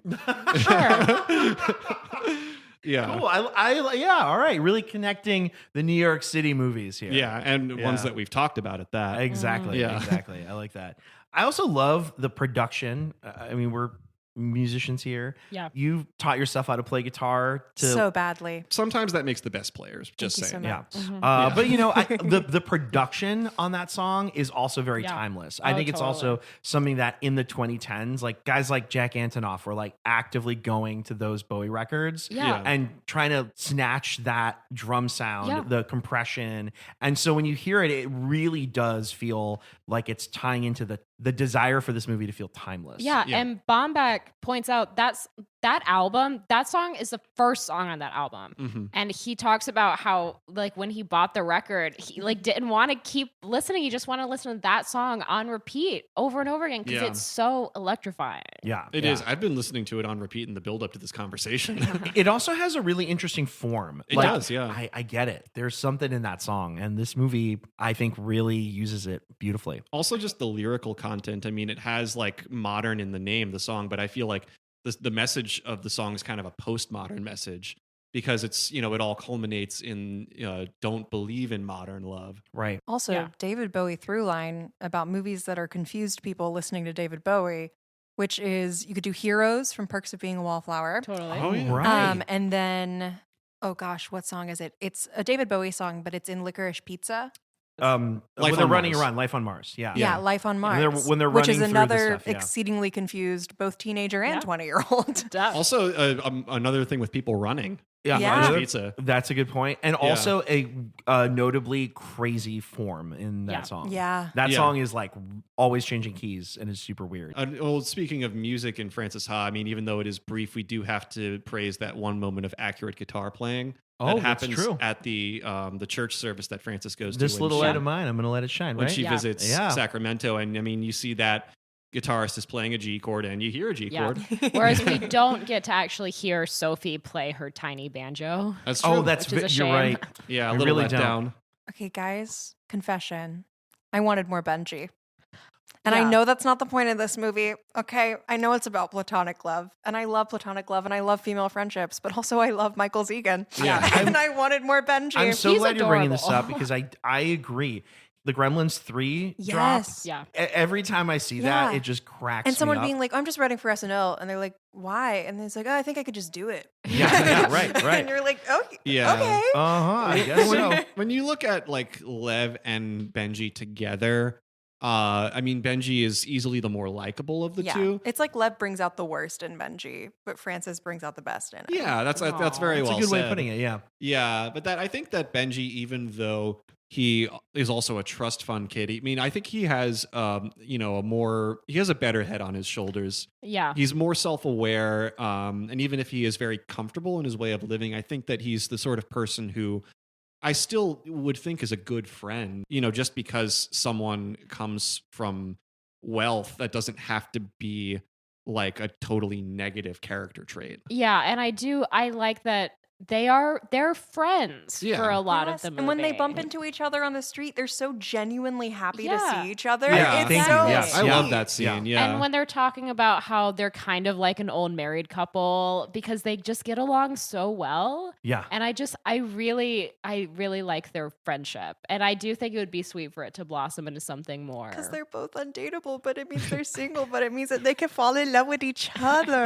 Exactly. Yeah. I'm with you on that. I think the movie quietly leaves the door open for that to be a thing. I would say that's the closest this movie gets, though, to giving Francis a like male romantic. And the thing is, from a perspective of narrative, I don't want it at all. I love the way that it is. I don't think it's necessary. From a purely, I want more Michael Zegan and adorable relationships on my screen, just give me a separate rom-com. Yeah. Totally. Okay? Just put it in a different package. I would be up for that too, honestly. I did think that he and Maya Kazan together in that one scene, I thought they were pretty cute. They're very sweet together. Yeah. And to that point, I think when you see Benji throughout the movie, you really only have goodwill for him. Yeah. So when you get to that moment, you're like, this dude's actually cool. Like, you don't really feel that way about Lev. No, if she were to run into Lev with a girl on his arm, you'd be like, okay. I feel like there's a possible arc where Lev is the Ken of this movie. I feel like, maybe there is, sort of an I'm just Ken within him where he's kind of I'm just Lev. Yeah. There's something more sincere that's waiting to come out, but he just has not found the way to channel I that like yet. him when he's in the audience at the very end and Yeah. he's like True. supporting He does her come and to being support kind. her. That's a He- sweet he thing, also yeah. just likes to get off, you know? I will say it's like that It is seems one. consensual. It It doesn't there feel you go. bad. There you go. Yeah. Yeah. Which I think also plays to the idea that there aren't really villains. Like No. he's like you Yeah. could look at him and be like, oh my god, really, dude? But also just be like, it doesn't seem like you're leaving a path of destruction. And Yeah, I mean, and- even when Frances, she doesn't want him to touch her, Yeah. and she goes like, no, he Yeah. takes a Totally- step back and changes gears. Yeah. Exactly. And I think several times we see women that he hooks up with like stick around the next morning. Yeah. So, they must have had a positive experience. They're not running out the door. This is all He didn't kick them out of his bed. This Right. is all true. Yes. Yeah. Yeah. Well, actually, while we're talking about Lev, there's a detail, and also about little details. There was something that comes up about his and Benji's apartment that I really liked, which is that in the scene when Sophie is visiting, I think the first thing she says is that an Eames chair? Which is like, I like pointing out visual art references in movies, and that's a good one right there, because the Eames chair was like this seen as kind of like this pinnacle of modern design in like the 1950s. And for someone to just have that casually sitting in their apartment is a great indicator of wealth. But she said they just have good eyes. They Yeah. just find stuff on the street all the time. Yeah. I love the line that Sophie says where she's like, it's just this apartment is very aware of itself. Right, Which I was Yeah. like, that's so funny. Which I think could also characterize a certain type of person in their Oh, 20s. yeah. Right. It's girls. Yeah, Yeah. exactly. I no lies detected. Yeah. This is really, really small, but we're talking about Patch and the argument that he has with Sophie, and the most angry that he sounds is one of my favorite lines in this movie. It has lived rent-free in my head since I heard it. He just yells really angrily. He's like, "Where the fuck is Chuggins?" I don't know why, but it cracks me up. I think it's just the sounds. Also, Chuggins is such a great dorm name. Oh, so Oh, good. yeah. So good. Yeah. Yeah. And also, speaking of Sophie and Patch, one great little moment that they have is, it's like this is a movie that has this kind of hangout feel for a lot of it, but one moment that felt very like classic comedy. Francis and Sophie have just had that argument in the bathroom at the restaurant. Oh, And yeah. then like Sophie is about to say to Patch, like, or she's saying to Patch, like, get up, we're leaving. And then Francis is like, both of you sit down, I'm leaving. And they just sit down in unison. It's so good. Yeah. Yep. Yeah. That argument in the bathroom. Oh, I was like, yeah, whoa. that's tough. Yeah. Like, I don't. Yeah. I live that. Like the Oh, idea yeah. of like the weird transition Absolutely. between Yeah. when you're just talking about guys. Yeah. And like you can be so lewd sometimes Yeah. when you're just talking about like hookups you've had or like Yeah. random stuff like that. And then one of those guys that you've had those conversations about turns into the boyfriend. Yeah. Yeah. He And sticks he sticks around and you've had the wildest conversations about him, but Yeah. all of a sudden the social situation changes and you can't Yeah. anymore. You can't like rib on him in the same way Yeah. that Yeah. you got used to. and then Yeah. you accidentally do. Yeah. And, you're go like, and you go, "Oops." oh, uh-oh. Yeah. This isn't going too well. Yeah. Yeah. Yeah. Love it. One little detail I liked was when Benji is talking about his writing for SNL, but he's like, but it's gone so downhill. It's so good. It's so good. Because this is 2012, right? Like, I just feel like that's something people have been saying about SNL since like 1978. Yeah. Yeah, that's very true. Also, I think 2012 was a pretty strong. Yeah, exactly. Isn't that like Yeah. Bill Hader era? Oh, It's yeah. like right before like Leslie Jones joined. That's the kind of thing that someone would say Yeah. to be like, oh, yeah, no, I really am too cool for school. about Yeah, this. exactly. Yeah, it's Yeah. like, They didn't accept my packet, but you know, it's gone downhill anyway. yeah, like whatever. I'm actually, Sour too good for grapes, them. yeah. Yeah. A lot of the dialogue feels like Gilmore Girls slowed down. Yeah. A lot of references, Yeah. a lot of very pointed, sharp dialogue that'll Yeah. go over your head if you're not paying attention. These episodes are designed to be watched 1,000 times because Yes. you will not process most of it the first time. And so it felt to me like a lot of the same referential humor and a Yeah. lot of the same pointedness, but not at the same speed, with Yeah. the more mumblecore speed. Yeah, totally. Interesting. It's like famously the Gilmore Girls scripts were like twice the length or something of a normal episode of television at that time because they spoke so fast and they said so many words. Yes. Wow. But if you took like half those sentences Yeah. and put them in this movie, they wouldn't feel out of place. Yeah, Interesting. totally. Okay. Didn't know that. Yeah. Maybe I got to watch more Gilmore, Gilmore Girls kind of rules. Recommend. Okay. Yeah, which is not to be confused with just girls. That's true. No. That's a good point. One little moment in the movie that I think is a resonant, like 20-something moment, whether you live in New York or not, is the moment when Frances burns her hand on the pot.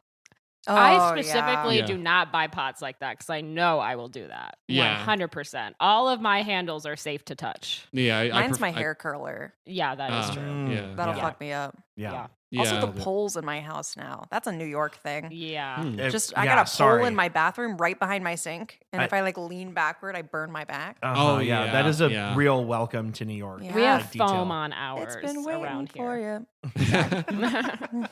For sure. One thing that really hit me this time was the use of Frances as a dancer Yeah. as like a metaphor for having to accept certain things in life. Yeah. Because I think one of the things that Greta Gerwig talked about in an interview that I heard her say was she was like, dancers, more than a lot of other professions, whether it's real or not, there's this perceived expiration date on Yeah. your like prime. Yeah. And that there's some need for you at some point to like downshift or figure out some new direction that your life will go in. And that's kind of how the company, like owner or Treats her, whatever, yeah. like she doesn't even, when she and Frances are meeting, she does not even entertain the idea of Frances being in the company. Like Right. that's not even on her radar. I She's think like, the thing is also that Frances isn't as good She's as the people in the Yeah. company. And that's like clear. Yeah. I think she acted it that way in Oh particular. yeah, I don't know. Like, I absolutely. don't know how. Like I think it's yeah. purposeful, and she's Yeah. not bad. Like Yeah. that's Yeah. it's not that she's a bad dancer. It's that there are specifically scenes that place her next to the people she's understudying Mhm. or in a situation with that you can see the difference between the and two. there is with dancing, there is such a very specific ideal body type in Yeah. This a is a lot good of point. dancing and in a lot of large dance companies. They really oftentimes want these dancers to be identical clones of each other body type wise. Frances is taller. You know, and she's not quite as lean as a traditional ballet dancer. Mhm. And, you know, I think that realistically would work against her. And that's really heartbreaking. The theme of dance, I Yeah. think, runs through this movie.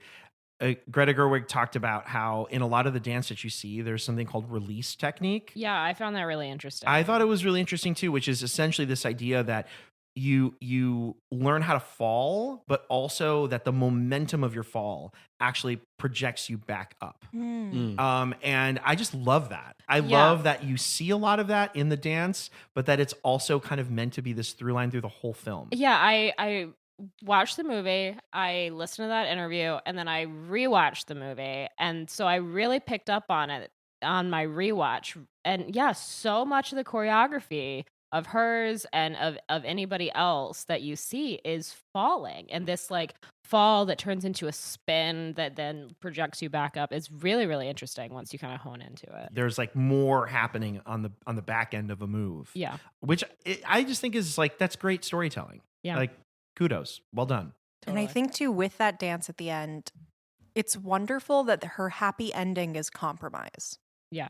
Totally. She's not exactly where she thought she was going to be, is specifically within dance. Yeah. But she finds happiness in allowing herself to settle for something that she enjoys. Yeah. Yeah. It may not be the same version of success or the same thing you thought success would be, but it exists and it's still there. Right. Yeah, I mean, it also goes back to, a movie quote that I think is going to become like one of the most referred to quotes of this whole podcast, which is the one from Fame of, I don't want to be great, I just want to dance. Yeah. You said Yeah. something earlier that made me think of that quote it's a too. great line. Oh, Yeah. yeah, for sure. Yeah, also a New York movie, by the way. Cool. Um, Anything else we want to say? One great New York moment that we haven't mentioned yet that also, at least in the age of cell phones, is pretty timeless, is that moment where you see Francis and Sophie are on the subway and then Sophie's trying to look something up. Every day. And yeah, Mhm. there's no service. Every Sometimes day. there is for a second. I always wonder that when I see people having like full conversations on their phones I know. on the subway, it's just like, how on earth are you doing that? And as we're wrapping up little details, Yeah. one little bit of credit spotting that I did is that, and actually a greater Barbenheimer connection too, is that the editor of Frances Ha, Jennifer Lame, is also the editor of Oppenheimer. Hey, Oh. Yeah, which Oh. I believe she won an Oscar for. Maybe is this a good time to start sharing universes? Time for sleep. I'd love to start Do it. because mine is the most obvious. I'm sorry. I tried really hard to consider doing anything else, but I had to just think about Lev. Okay. Go for it. Lev is a Modern young Lev? artist sleeping his way through New York City. And I think it's very possible he's also having sex with a certain young woman by the name of Hannah, obviously. So I'm going to say that when Francis moves out, Lev and Benji have trouble finding an appropriate roommate. And Benji, sick of borrowing money from his stepdad, decides to find a cheaper apartment out in Brooklyn. Lev is also drawn to Brooklyn, but he has enough money from his trust fund to have a place all to himself. However, embarrassed of his generational wealth, he begins going by the name of Adam and reinvents himself. He quits his job selling art and turns his eye to his lifelong dream of acting. And when he's truly had enough of his family, he uses some basic carpentry skills that he maybe picked up in the art world to start paying the bills. And then perhaps he will, end up at a party, meeting another young woman, young girl in the, out here on the streets of New York City and have extremely complicated relationships with her and all of her friends over many years. I really hope that Lev and or Adam turns out okay. Yeah, I think so too. We were talking about Path of Destruction, that Lev doesn't seem to really leave one. Yeah, I'd say Adam. Adam, not so. Yeah. I don't think we could say the same for him. So, Exactly. yeah. Well, and you, of course, are talking about girls. Yes, of course. It's like right there. Yeah, Kind of for the taking. I'm glad somebody took the low-hanging fruit. I did have a backup, but as soon as Julian told me who he was going to do, I was like, I know what you're going to do. And that was my backup. So, Yeah. Julian. Speaking of low-hanging fruit, so when Frances stays with Lev and Benji, she briefly meets a young woman named Nessa, who she is introduced to as Nessa, who has just had a one-night stand with Lev. We don't learn very much about her in Frances Ha, but let's say that she, like Frances, has artistic aspirations of her own, specifically in the world of theater.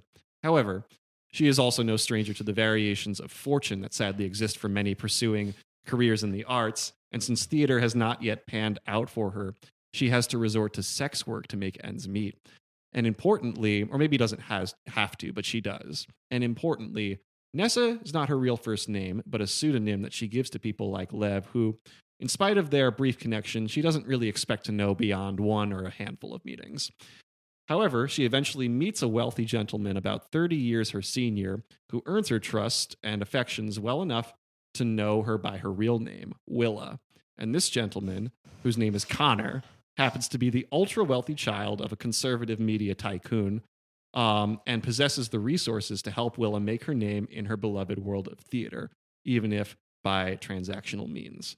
The two become a couple, and even with Willa's reservations, she seems to benefit greatly from her connection to the seemingly perpetually disgruntled Connor, who, despite being the oldest of his siblings, seems to be thought of last in the order of succession. Ayo.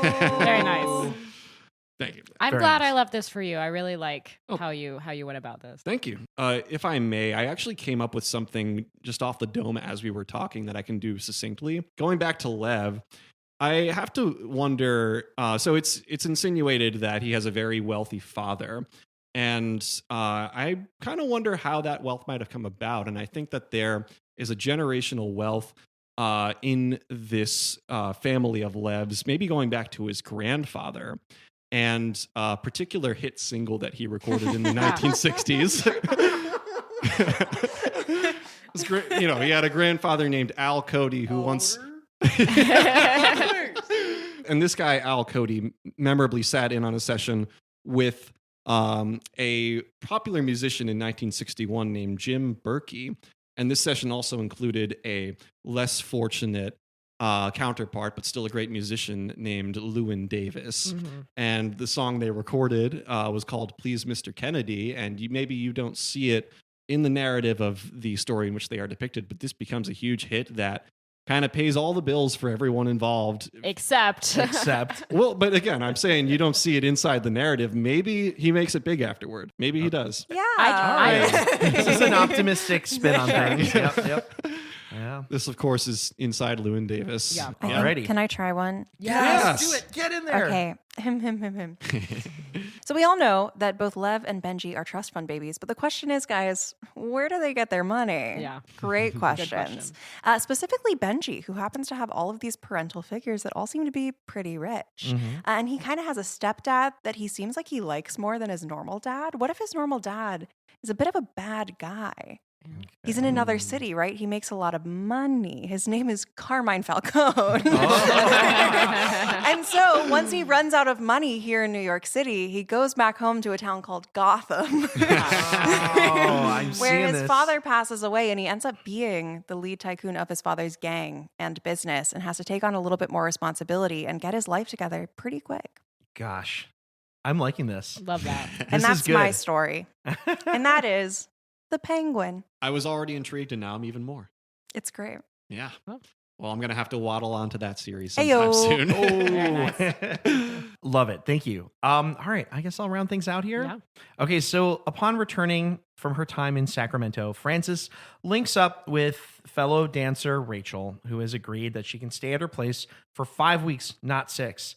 At a dinner party they both attend, Frances makes small talk with a married lawyer named Andy, who humors her earnest but cringy attempts at connecting with adults who are a bit more established and more financially secure than she. He's a pretty soft-spoken guy, but let me tell you, Andy has a really interesting past. You would not know it from looking at him, but Andy is actually of South American descent. He's Uruguayan, and he is the son of a rather well-known man named Roberto Canessa, who is very well known in his homeland because he's one of the most notorious survivors of a hellacious plane crash that happened in the 1970s. Canessa was in his youth a rugby player whose whole team was in a plane that crashed in the Chilean mountains. Defying all of the odds, Canessa made his way back to civilization and became a cardiologist and a motivational speaker. He ended up marrying a woman and having a son, who he named after the mountain range that he survived. His son, Andy, grew up quite privileged, the son of a wealthy, well-known, self-made man. And he's pretty self-conscious about his upbringing, even though he's made a good life for himself as a lawyer. And this is one of the reasons why he's so scared to be a father himself. You see, he's like not really comfortable Totally. with his wife being so excited about their young son. I think in some ways he's afraid to be a father and perhaps pass on some of these insecurities that he's developed to his own son. Not like a upper, but That's okay. do we know what movie this is? Society of the Snow? No, not that one, but it's a movie that preceded that one, which is the film Alive yeah, from yeah. 1993. This is the one.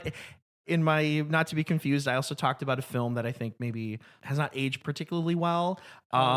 Alive is one of those movies where it's like there's some really good things about it.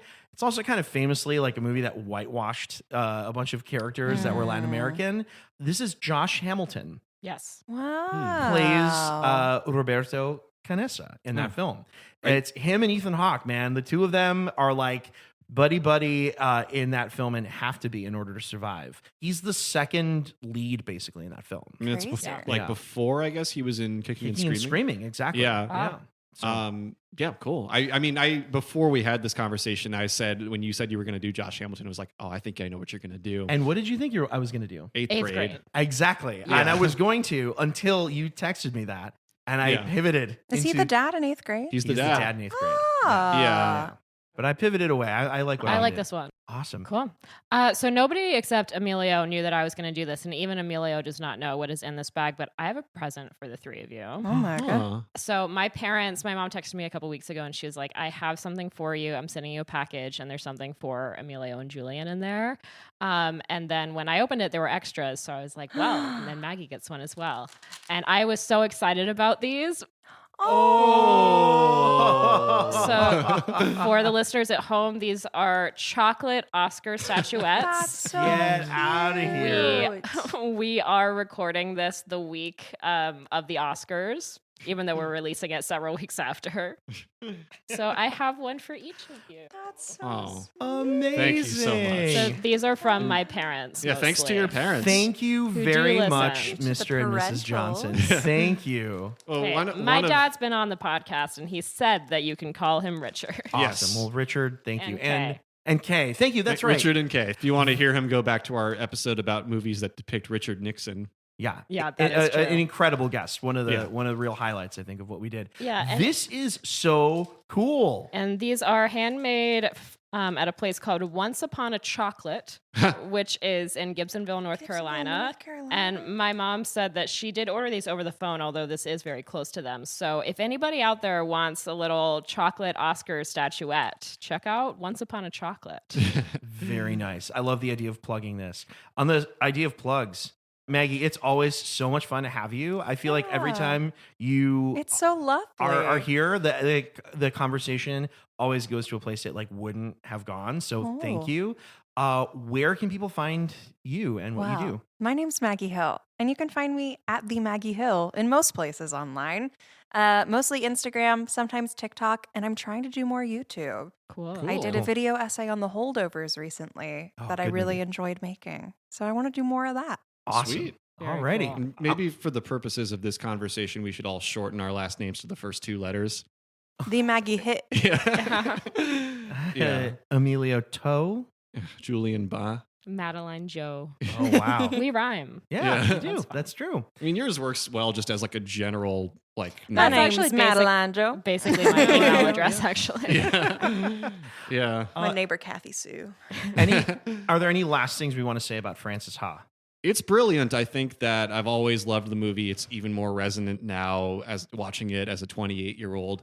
I think even as I grow beyond that age, it'll still feel like both a mostly fond reminder of that era of my life, but also just, regardless of any verisimilitude, just a really touching journey to watch that I think really stands the test of time, as Noah Baumbach and Greta Gerwig, I'm sure they hoped that it would.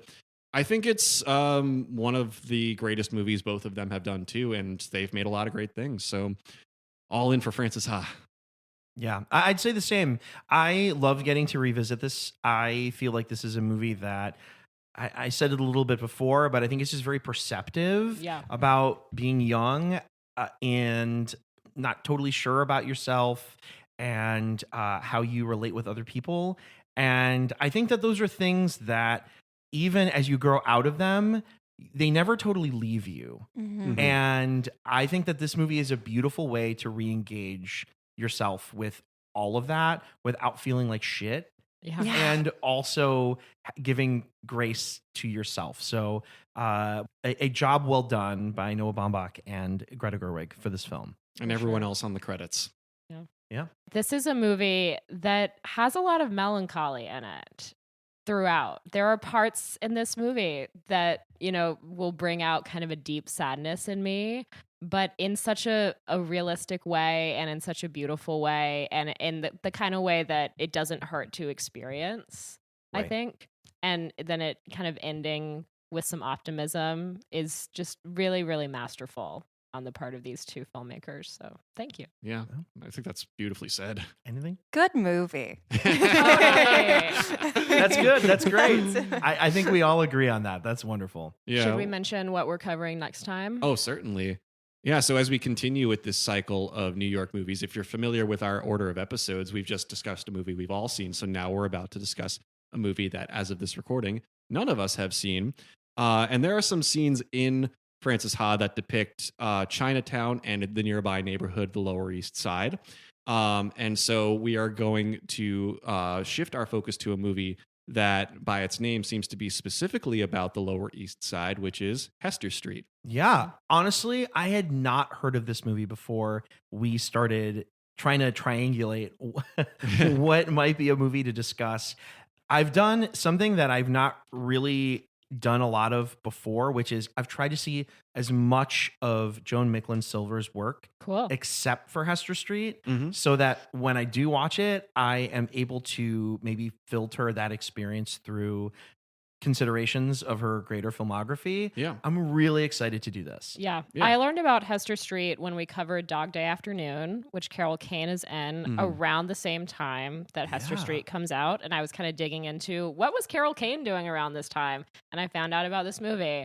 And then right before we talked about covering it, I went and I was walking around and Dougie was like, "Do you want to get a Knish?" And we were like, sure. And so we went into a Knish shop that had a Hester Street poster up. Oh, cool. And so I was like, oh yeah, I need to watch that movie. And then literally the next week, you guys were like, what if we discuss Hester Street? So I'm like, yeah, sure. I'm totally down. And the other day I was in that area and walked all of Hester Street just for fun. It makes me even more curious to see this movie because I think that particular area looks very different than it would have at the time that this film was made. Well, as I haven't seen it yet, but as I suspect some characters in that movie might say, it seems us discussing it is beshert, which is the Hebrew or maybe Yiddish word for meant to be. All right. Yeah. I love when there's a word in another language that just captures things better than English. Yeah. Yeah. English isn't particularly good at that. Yeah. It's good in a lot of ways, but there are words in other languages that sometimes hit and you're just like, it's that. Yeah. You know? Totally. Very cool. Cool. I'm excited. Have you seen Hester Street, by the way? No, but I did have a conversation over Carol Kane's head the other day. Ooh. Get out of here. No way. Yep. Was it? And that's my connection. very cool. Well, in addition to this podcast, you can follow us on TikTok and Instagram at Sleepless Cinematic Pod. You can contact us via email. We would love to hear from you guys out there. Write to us at sleeplesscinematicpod@gmail.com. If you're on Letterboxd, you can follow me, Madeline, at Patroness of Cats. Maggie, are you on Letterboxd? I am. It's the Maggie Hill, I think. And if not, sucks to suck. Sorry. All good. Yeah, the shared handle. And you can also follow me on Letterboxd at just a version of my name, Julian_Barthold. At the moment of this recording, you cannot follow me on Letterboxd because I haven't taken the plunge yet. At some point, we're gonna We'll do that, I it. think. Yeah, we'll do it. We'll Okay. do it by the end of 2025. Emilio gets a Letterboxd. There we go. If you're listening to us for the very first time, thank you so much for finding us. Please consider following us wherever you listen to your podcasts. And if this is the third, the fourth, or the 40th time that you've listened to us, thank you for sticking with us. We've really grown to love doing this, and it means the world to have our budding listenership grow. And if you haven't already, we'd ask you, return listener, to please write a positive review and rate us on your podcast platform of choice. This is one of the best ways for new listeners to find us and help our podcast take its next steps. You can also keep it grassroots and tell a friend to tell a friend about the Sleepless Cinematic podcast. That helps too. Undateable.